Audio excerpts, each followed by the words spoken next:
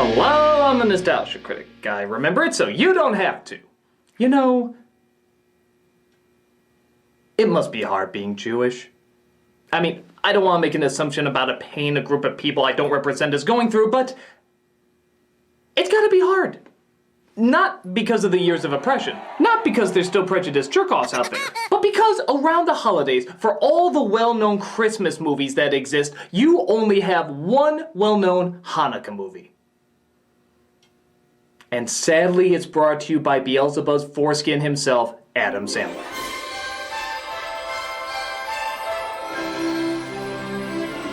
Yep, we have Jimmy Stewart finding the will to live again. You have Adam Sandler humping a car. We have Ebenezer Scrooge donating to the cold and hungry. You have deer eating shit.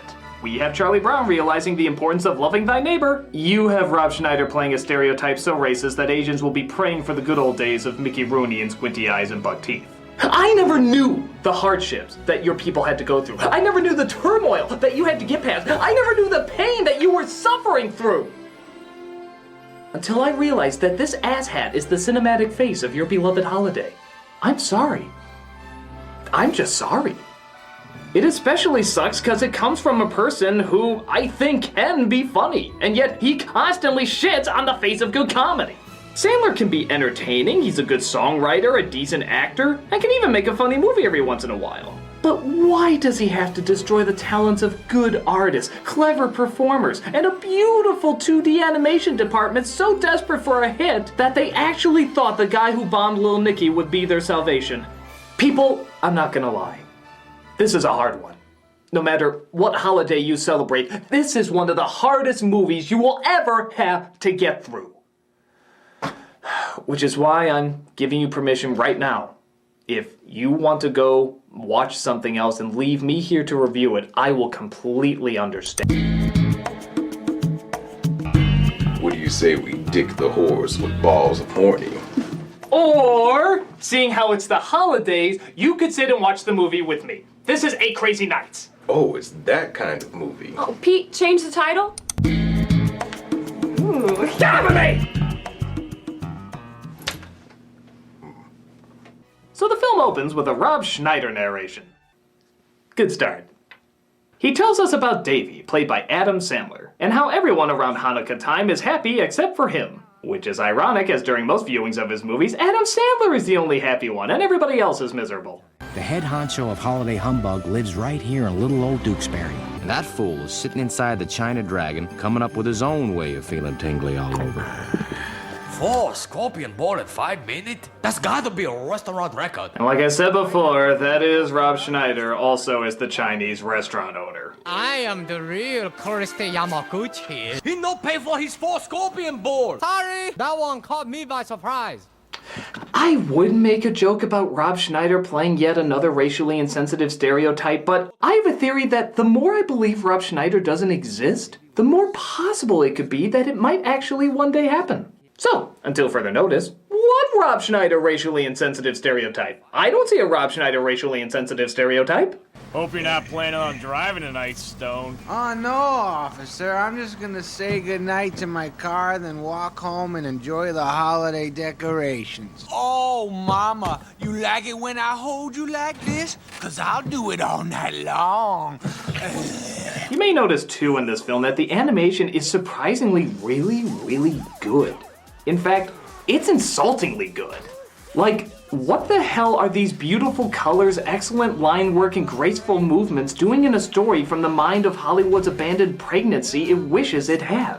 And ironically, this works against the film. Because the animation is so good, it doesn't match the tone at all. In a much better animated Sandler film, Hotel Transylvania, the high-speed energy and quick pace matches the comedic delivery perfectly. Here, the animation is much slower and closer to real life. So the characters don't move like funny anime characters, they move like constipated baby elephants not being allowed to express themselves the way an anime character should. In fact, the real fucking irony is, there's no reason to animate this story! Yeah, when you watch it all the way through, it's pretty pointless. The budget probably would have been the same if not cheaper if it was live action. So why do it? Was the idea that they knew this shit wasn't gonna be watchable in 3 dimensions, so they figure a drawing of the same shit would somehow make it better? If Leonardo da Vinci drew a picture of Kat Dennings not being funny, it'd still be Kat Dennings not being funny.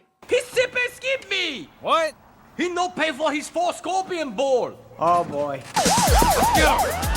So Davey runs away from the police after not paying his bill and gets arrested. But he's in good hands, as thankfully the judge likes spewing exposition more than he does actually sentencing people. I've sent you to reform school, the drunk tank, the local psychiatric ward, because you used to be a good kid, playing ball for the Jewish Community Center with the best jump shot this town's ever seen. What an odd thing to say. I still got a pretty good jump shot. Let me show you.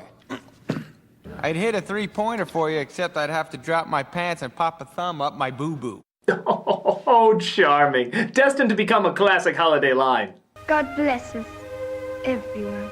Maybe Christmas, perhaps, means a little bit more. I'd have to drop my pants and pop a thumb up my boo-boo. Dickens himself could not write better.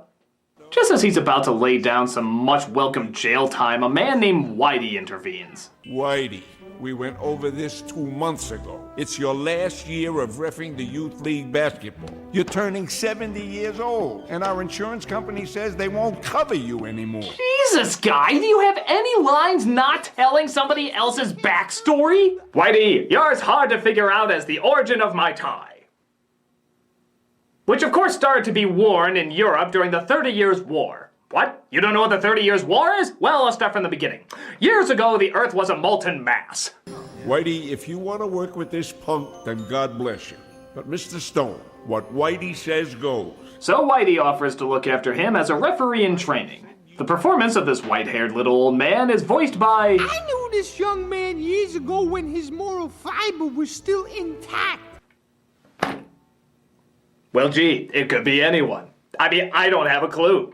Maybe Sandler heard some angelic voiced thespian from the Shakespearean theater and said, he must be one of my leading stars. I've been doing my part for 35 years. Are you ready to join me, big guy? I mean, this is a character who's in, what, 70% of the movie? Thank God they found a voice so charming and so beloved to listen to. Now I'd like to make this work. Teaching them responsibility. Wow, Benjamin, an Etch-a-Sketch. That's 70% of the movie, people. 70% of the movie, you get to hear that voice. Just listen to how not ear-bleedingly bad it is to listen to.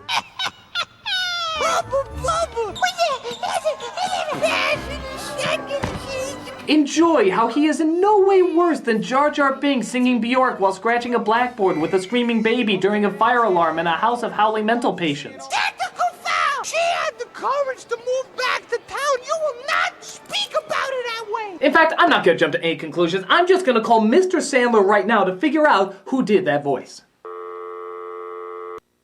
Hello? Mr. Sandler? Yeah. Nostalgia critic, longtime admirer of your genius. Listen, I just have one question for you.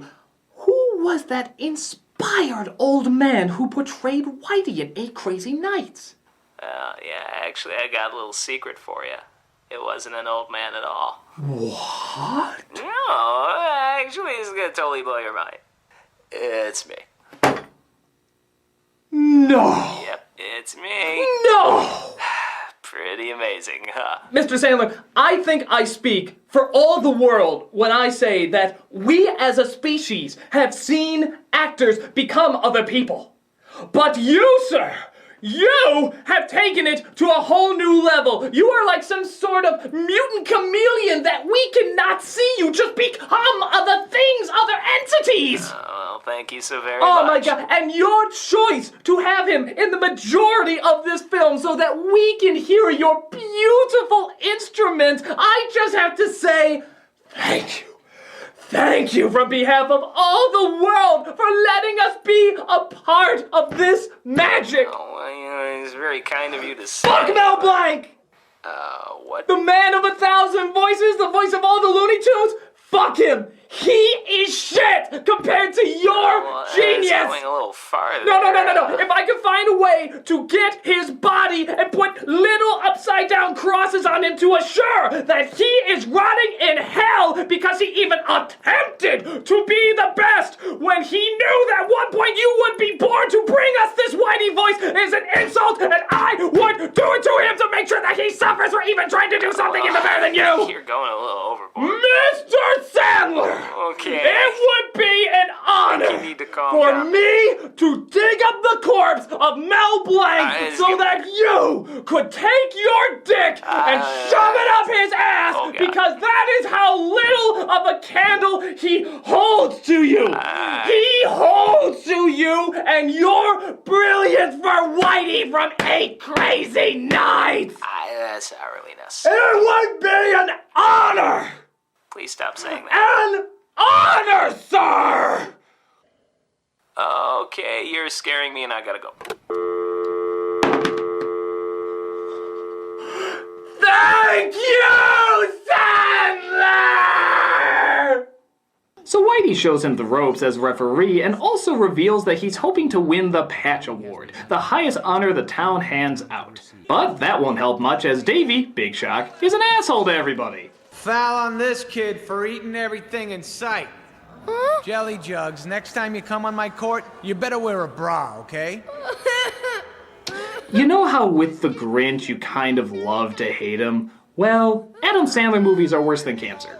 Yeah, I have no joke there. It just feels fucking good to say how much I hate Adam Sandler movies. Good to see you still got those circus feet. Men's 11 right foot, children's 9 left foot. Yuck. Now I assume you've done your... Really is incredible hearing these two completely different voices talk to each other, isn't it? It's about as impressive as Christopher Walken voicing all the characters on Popeye. Olive oil, let's say you and I have sex and stuff. Olive oil, I also want to bang you. Oh dear. Well, I got a thing for Elephant Man Syndrome, so I guess I'll choose you. Me? Okay, well, I'm gonna do this weird thing where I'm naked and then suddenly I'm not. Blow! You just never know it was him the whole time. So Whitey feels a good way to get his attitude up is to take him to the mall. You need to clean your brain out, pal. And to me, the mall is the best place to do that. So what's good about this place? Product placement! No, I'm not even kidding. We let our sponsors do us like backdoor whores. Look at some of these. The Body Shop, the Tie Rack, GNC, Radio Shack, Petland for a cat or two, Spencer's Kiss for some fake dog do, Sbarro's Dunkin' Donuts, they're simply the best. And don't forget the orange chicken at Panda Express. Oh my God. Baby, I'm so sorry. I mean, I thought your product placement was the worst, but after seeing this... You go and be subtle. I'm gonna suffer through the rest of this. So, what's the only thing worse than listening to Whitey's doornail in your brain voice? How about if he sings with that doornail in your brain voice? Everyone in town will be looking their best when you feel nearly 5 foot. And there went my eardrums. I should be sad, but I'm just happy I don't have to listen to Adam Sandler anymore. Ah, that's nice.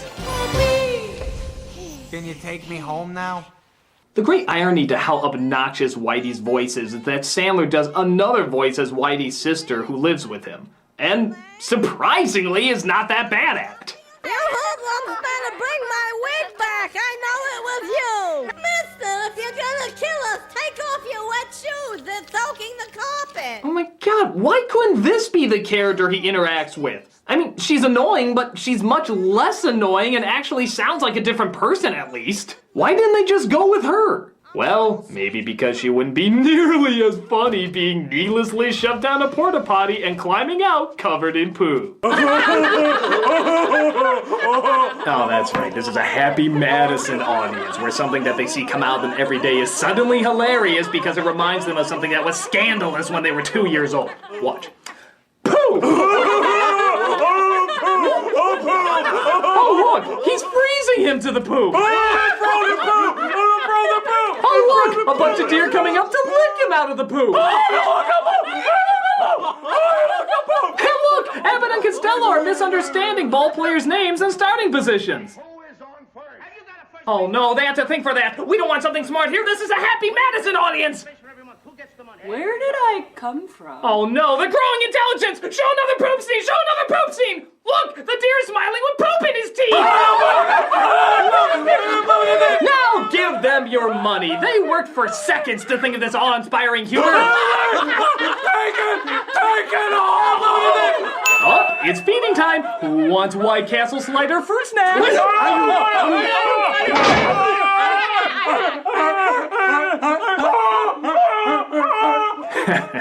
It's funny because they shouldn't live. Davey comes across an old high school friend he's forgotten about named Jennifer, which reminds him of how good he was at basketball and that maybe he can help Jennifer's kid go up against some bullies. Because if a midget and a drunk can beat us, I'd eat my own jockstrap. I'll play, but if we win, you gotta eat that guy's jockstrap. Now, Sandler, it's not nice to make fun of your typical fan base like that. We're shirts. Does that mean we're skins? Boy, a guy who the movie says has been drinking for 20 years looks pretty damn ripped, doesn't he? You know, for a movie obviously trying to make Adam Sandler's character look like Adam Sandler, I don't think that's what he looks like with his shirt off. Can we get visual confirmation on that? There we go! Slight artistic liberties. So of course they win and the guy eats a jockstrap.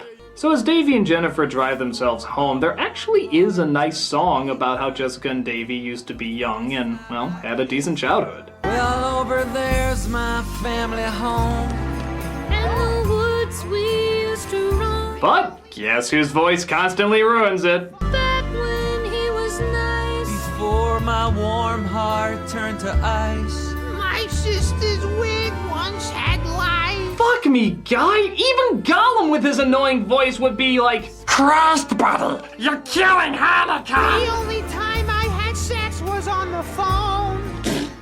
But Jockstrap Guy gets his revenge later by burning down Davy's house. You stay with me and my sister for a while. I ain't living with you buffoons. What other options do you got, Mr. Rockefeller? You mean between freezing to death outside and listening to your voice? Let it snow, let it snow, let it snow. Here's to you guys for letting me crash over. This is never gonna work! It'll work. We just need to set some ground rules so Davey knows how we do things around here. Oh, let's see. We've literally just gone 3 minutes. How about another testicle stabbing song? If you're coming from the street with dirty shoes on your feet, that's a tactical foul. Yeah, I'm sure this is one of those songs that Sandler just couldn't fit onto one of his albums, so what the hell? Might as well waste about a dozen Korean animators on it. There are certain rules which apply in one's life with your sister. Jesus fuck! You know what? Let me try something. Just do a cycle. Oh my god. That's so much better. I can just look at the beautiful animation and not listen to dialogue from writers that were juggled as babies. In fact, I can just imagine my own story to make this one even better. Hey, Awesome Claus, what did you do today? Well, I made Christmas a whole lot more awesome this year. Really? And how did you do that? Well, I kicked Ron Howard in the balls for making The Grinch, shot at every greedy fuck-ass who went shopping on Thanksgiving night, and produced 8 Hanukkah movies that were actually funny to people who can count past the number 4. Wow, I think my balls just grew while talking to you. It's all part of spending millions of dollars to animate something that actually makes an impact on somebody's life. I'm Awesome Claus. God, this is great! The only thing I can't work around is the shitting deer. That's it! I'm headed with this motherfucking Happy Madison and the motherfucking audience!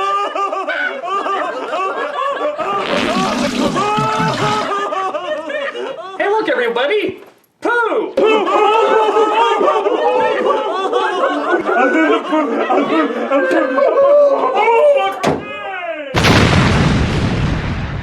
A moment of silence for the Happy Madison audience.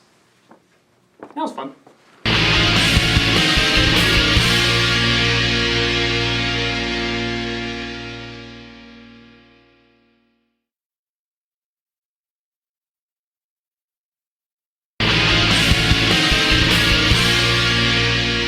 So here's a fun question. What's even more pathetic than having your cast full of unfunny and unlikable characters? Having a serious death scene acted out by a cast of unfunny and unlikable characters. Yeah, they go that route. They actually give Davey a backstory involving his parents dying in a car accident. And of course, this is the reason he's such a jerk to everyone. Yeah, because a movie with shit-eating deer, 3-breasted women, and an extreme close-up on hairy white asses clearly can segue so easily into heavy drama like this. But to make things worse, I mean the real fucking candle on the cake. Guess who tells the story? Unfortunately, this fairy tale doesn't have a happy ending. That's right, the backward squealing pig himself. Fucking Christ, they couldn't even keep him out of the emotional scenes. Turns out they were on their way to the ball game when a truck hit a patch of black ice and swerved into oncoming traffic. Mr. and Mrs. Stone tragically couldn't get out of the way in time. I couldn't believe something that horrible could happen. Yeah, really, guys? Really? Are you really so stupid to think that the voice that only made you laugh when you were 2 years old and drunk is the voice you want to deliver such heavy material? Why don't you just have Chris Tucker deliver the bad news while you're at it? Oh my God, your parents are dead! One minute they find them, boom, gone! They blowed up, going in a fiery inferno! KFP, Kentucky Fried Parents, crispy, extra fried! Oh my God, they gone forever! Like me and Rush Hour 4! Except they didn't make it, cause Jackie's like a bajillion years old now, yet he can still kick my ass! Oh my God, your parents are dead! He basically shut down. I don't know what to say. There's nothing to say. My parents are dead. Happy Hanukkah. Now leave me alone.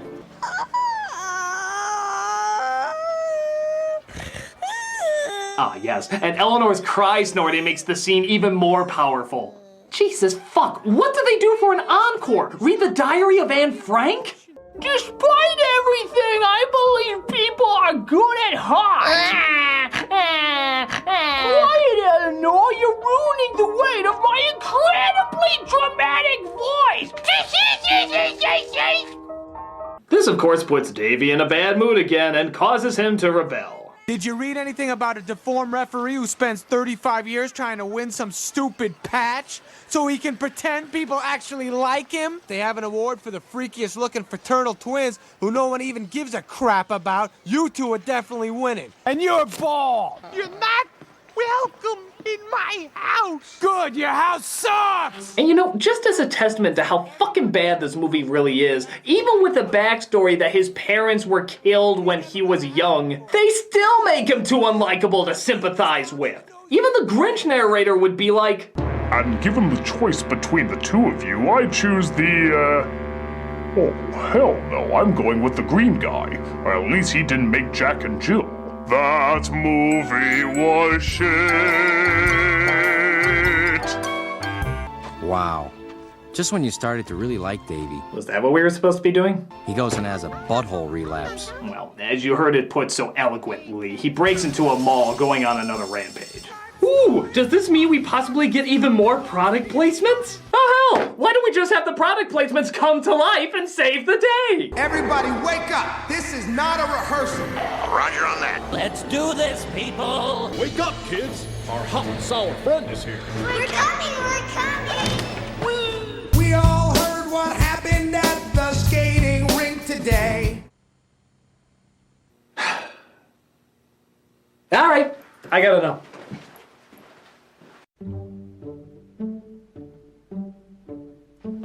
Hey, Critic, where are you going? Well, the movie's hoard itself out to everybody. Might as well see what it's like.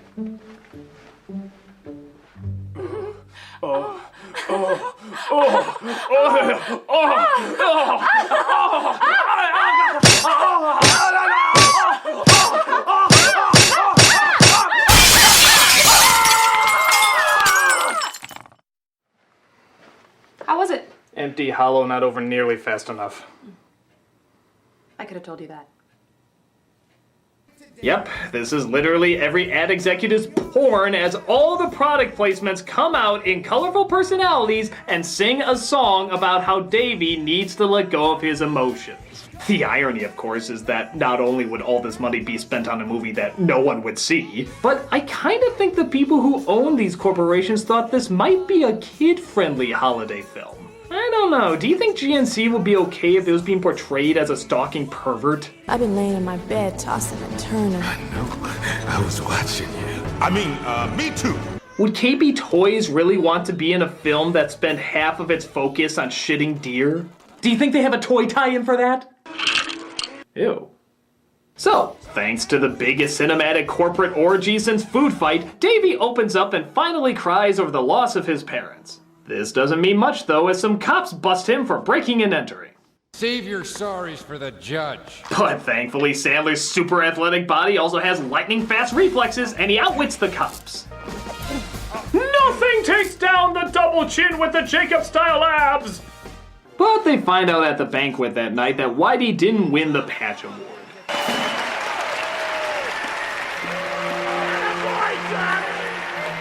Aw, what a shame. He was such a nice guy, too. I mean, this is the man who so selflessly left after his award he didn't win was announced.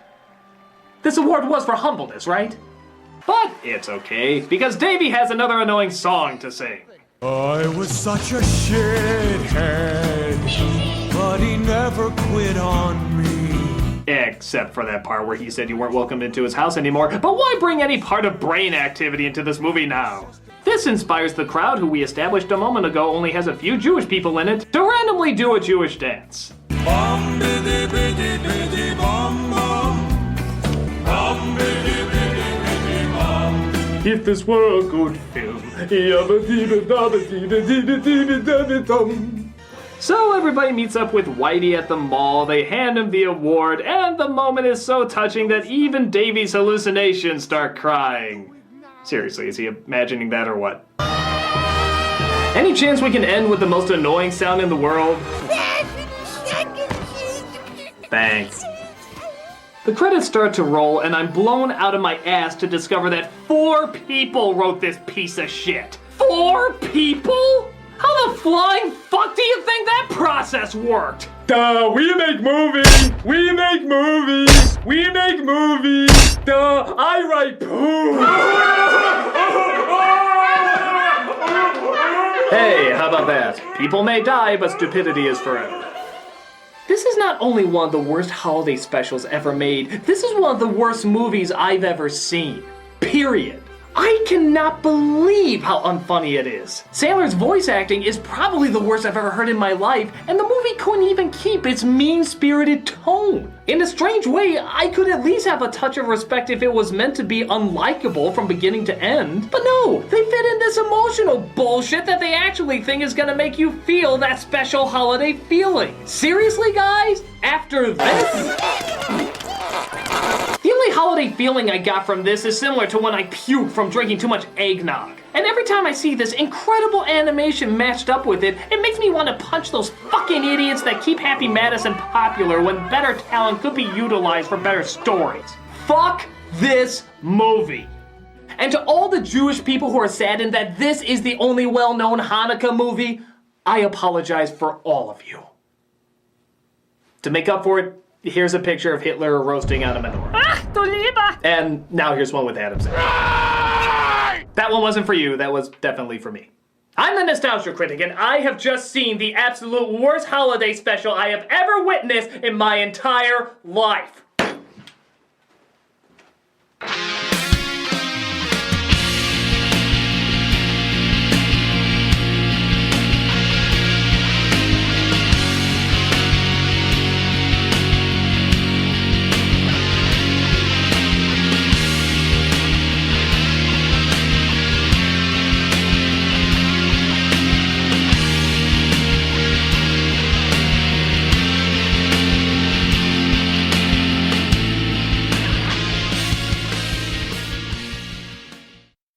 Questo è un fallo tecnico, è un fallo tecnico!